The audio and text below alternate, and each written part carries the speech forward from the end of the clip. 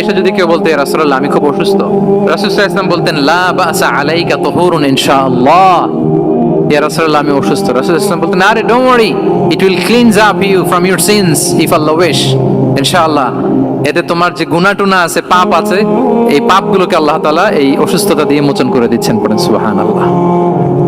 তাহলে আপনি অসুস্থতার মধ্যে একটু হালকা হলেন না, যে জ্বরে ভুগতেছি কিন্তু এই জ্বরে নাকি আমার গুনাহ মাফ হয়ে যায়। পেটের ব্যথায় আক্রান্ত, মাথা ব্যথায় আক্রান্ত, কিন্তু এটাতে নাকি আল্লাহ আমার পাপ মোচন করে দেয়, তাহলে একটু ভালো লাগবে না?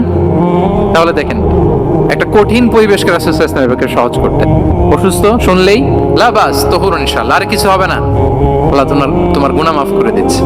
অসুস্থ ব্যক্তি দেখলেই মাথায় হাত দিয়ে দোয়া করতেন, আল্লাহুম্মা রাব্বান নাস আযহিবিল বাস ইশফি আনতাশ শাফি লা শিফাআ ইল্লা শিফাউক শিফাআন লা ইউগাদিরু সাকামা। উজ্জীবিত হয়ে যেত অসুস্থ ব্যক্তি। আমরা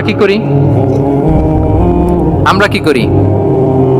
কাউকে অসুস্থ দেখলে, রোগাক্রান্ত দেখলে, ওই রোগে সবচাইতে কষ্ট পেয়ে যে মারা গেছে তার ঘটনা বলা শুরু করি। যাই রে ভাই, আপনার ক্যান্সার, আমার এক খালা ছিল, ক্যান্সারের 4th স্টেজে চলে গেছিল, 14টা কেমো দেয়া লাগছে, এই যে ফিরিস্তি একেবারে ওনার দাফন কাফন পর্যন্ত। এখন বলেন, ওই লোক যাও সুস্থ ছিল, এখন আর সুস্থ থাকবে? কথা বলেন, থাকবে? একটা দিব্যি সুস্থ মানুষকে যদি আপনি বলেন, ভাই আপনাকে দেখতে কেমন যেন একটু রোগা রোগা লাগতেছে, অসুস্থ নাকি? এরপরে প্ল্যান করে, ধরেন আপনি বললেন, উনি আবার ওদিকে যাওয়ার পরে আরেকজনকে প্ল্যান করে বলতে বললেন, বললো ভাই ব্যাপার কি, চেহারাটা কেমন শুকনা শুকনা। এরকম 5 জন বলার পরে ওই বিকেলে কাঁথা গায়ে দিয়ে শুয়ে ফেলবে বিছানায়। তবে আপনি অসুস্থ এমনি বানাই ফেলছেন। কিন্তু রাসূলুল্লাহ সাল্লাল্লাহু আলাইহি ওয়া আলিহি ওয়াসাল্লাম উনি বলতেন, লা বাস আলাইক তুহুরুন ইনশাআল্লাহ, আরে সুস্থ হয়ে যাবা। এজন্য দেখতে গেলে আপনি উৎসাহিত করবেন, বলবেন, আরে ভাই আপনার তো খুব সুস্থ লাগতেছে। কে বলছে আপনি অসুস্থ? অসুস্থতার কোনো ছোঁয়াই তো আপনার মধ্যে নাই।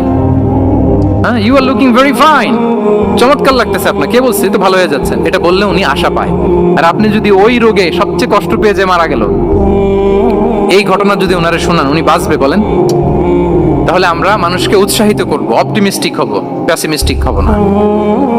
এবার বলুন, হুনাইনের যুদ্ধে, কুইজ, হুনাইনের যুদ্ধ কত হিজরিতে হয়েছিল?